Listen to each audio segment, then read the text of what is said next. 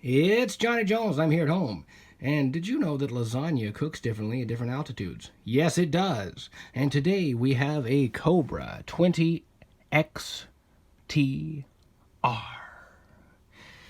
It means extreme. Yeah. Because this is going to be extreme and blow your mind. Oh, God. Yes, it's one of those radios. It's made for people, I think, that just want things to glow in their vehicle, and I don't know if they care very much about radio at this point, but hey, it's something interesting. I thought I'd get it for the channel. Now, this was not a great eBay listing. This was a terrible eBay listing, and I'll tell you why. Guess what this was listed under? CB radio. That's it. Just said CB radio kit. That was it. It came with an antenna, which you'll see later. It glows as well. And it just said CB radio, and I put in an offer. They refused it. I think the offer was for $30. I can make a lot more on this because it does this glowing thing. And they said, no, we're going to put it as bid. So they put it on an auction for like a week, and I said, so whenever your auction doesn't work out, I'll send you another offer. So they don't respond, you know. I guess it's a dick thing to say, but I mean, it's true. I mean, you deny my offer, which is a reasonable offer of $30. And yeah, so I ended up getting it for $25. Long story short. Now, there's an unfortunate premature accident that must have happened here with whoever owned it last. I do feel sorry for you, brother. I will pray for you. And it is actually doing quite a lot more than expected. Stock mic. Don't you just love that plasticky feel? Ah, hello, meter. Hello, Johnny. Let's swing. 3, almost 4. 3 and 3/4 watt carrier. Let's make her swing. Hello, and welcome to The Price is Right. Little-a-diddle-a-doo. All right, so it does swing.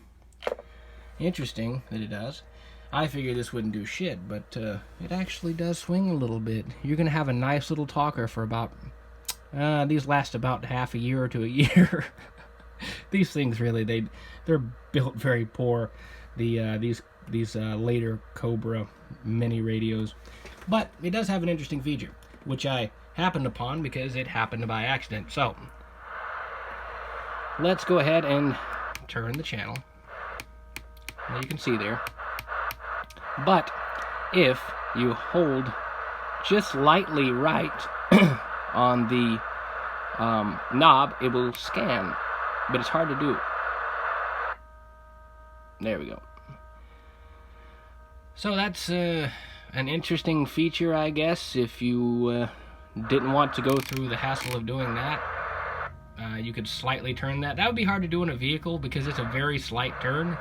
And also, it's kind of a pain in the ass when you're actually trying to go through channels, because sometimes you'll be trying, okay, I want to go on 24, and then all of a sudden it'll do that. So you have to be kind of careful with this thing. Let's see how it sounds, though. It's probably not going to sound great. It does have a channel 9, and it flashes. Let's see how it sounds. Daddy stole a corn cob, and I did too. Put us in the prison. Alright, so let me, I wish this had an RF gain on it, because that's way too loud. Hello. Let me just turn down the volume. I wish this had RF gain, but, you know, it's a little radio. Hello? Shh. Audio. Now I can't hear shit. Hello. Check 1, 2, 3. Check. Whiskey, Tango, Echo, Sierra, Whiskey, 4. That doesn't mean shit. I'm just trying to see if I can actually, if it's suppressing certain sounds and frequencies better than others, or better than others, worse than others. Anyways, so the cool thing about this is that when you transmit, the antenna will light up. Now, I can't really do that right now. I will do it a little bit in the video because I don't think pushing the button 1 or 2 times is going to damage the transistor in the back. But I did put it outside so you can see the glorious effect of it all. One thing I will say is when I did receive the antenna, it was... I'll just go ahead and show you what the antenna looks like, actually, because I think you'll be interested in it. So this is the antenna for it. It's a very small antenna, and what you have is a fiber optic here. It's just basically there's an LED down here that will light this tube up of plastic, and then of course the antenna is made out of, it looks like steel, which is not good, but whatever. I mean, you're not looking at much range with this anyway. And of course the top comes off, and you can adjust the screw for SWR and such if you need to. But when I got this, the entire coaxial cable was wrapped very tightly, and it's still in that state, and it's been left there for a long time. You don't want to wrap your antennas up like that.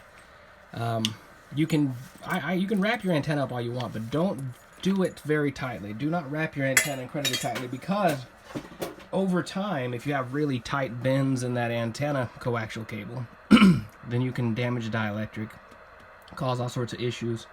So don't do that. Just very lightly wind it up, you know, store them the way I do, I guess. I just stick them on the side of my locker, so I'm sure your method's probably better than mine. But anyways, I want to talk a little bit about how this works, and I need to hook the antenna up to do that. So we have the antenna hooked up here. This is one glorious, magnificent, very large antenna. Yeah, definitely going to get out with that. And we'll push the transmit button there. I tell you what, baby, that's what you get. So you can see the LED lighting up at the bottom, and lights up brighter at the top, you know, due to the effect of, I can't even think right now, the goddamn fucking lights going through the tube of plastic and bouncing off the sides and going to the top. It's goddamn fiber optic. Goddamn. Anyways, friends and lovers, sisters and brothers, the back is no different than any other radio, as far as the appearance. So this is the antenna. PL259 plug, and as you can tell, there's no extra connection there to make that light up. This is something that you really don't want to do with AC power. You don't want to use your radio frequency to power this thing. That would be very wasteful. So what you have to do is we need to put positive and negative terminals on this SO239 connector. So basically, at the same exact times you're transmitting, you're also putting out DC, so you have DC and AC at the same time going through this antenna. Which is interesting, because you could reverse engineer this so that when the push-to-talk is actually off, in the off position, they would power the antenna, which would actually, if you wanted to put an RF amplifier on it, you could. So every time that you weren't keying, the RF amplifier would be taking the signals from the antenna and amplifying them into the radio.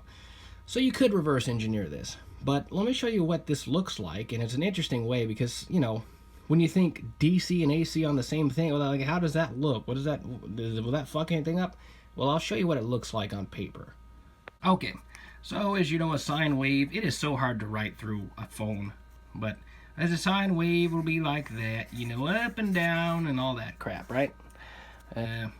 And basically what we see on the line here is a constant current. Let's just make this a square, and we'll make this 10, and we'll make this -10, and we'll just show the sine wave without DC right quick. So the sine wave without DC is like that, right? So in the middle you have this 0 volts. Okay, we'll put 0 here. In this circuit you have, let's say, I don't know what the voltage is coming out the back, probably not much, but let's just say you have 10 for the sake of it. So what you'll have is, you'll have the same thing, but you'll have 10 volts right here, which is the straight DC coming out, and then you'll have 20 here, and you'll have 0 here. And what you ended up having is the sine wave that does this.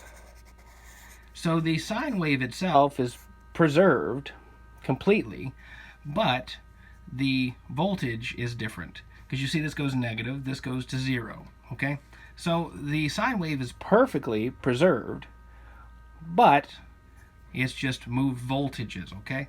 So that's how this works, and it's very easy to do, and a lot of times they'll do this with bias T's and stuff, where if you want to power a motor to move your, if you want to power a, not a motor, antenna tuner, you can actually put the antenna tuner all the way up at the antenna and power it through the coaxial cable using that method, because the DC is used and the AC travels through. It'll travel through a capacitor, right?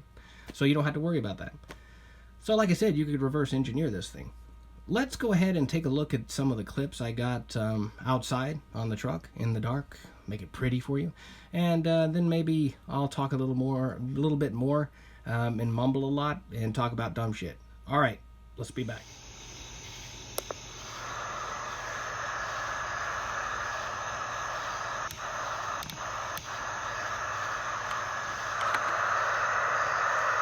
It's Johnny Jones. I'm here at home. And let's check this out.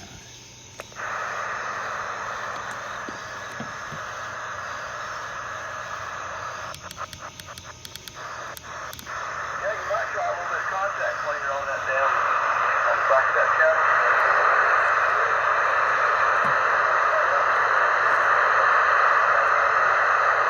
Can I get a radio check, 15 radio check, please? It's the Smurf boy on the radio. Can I get a radio check?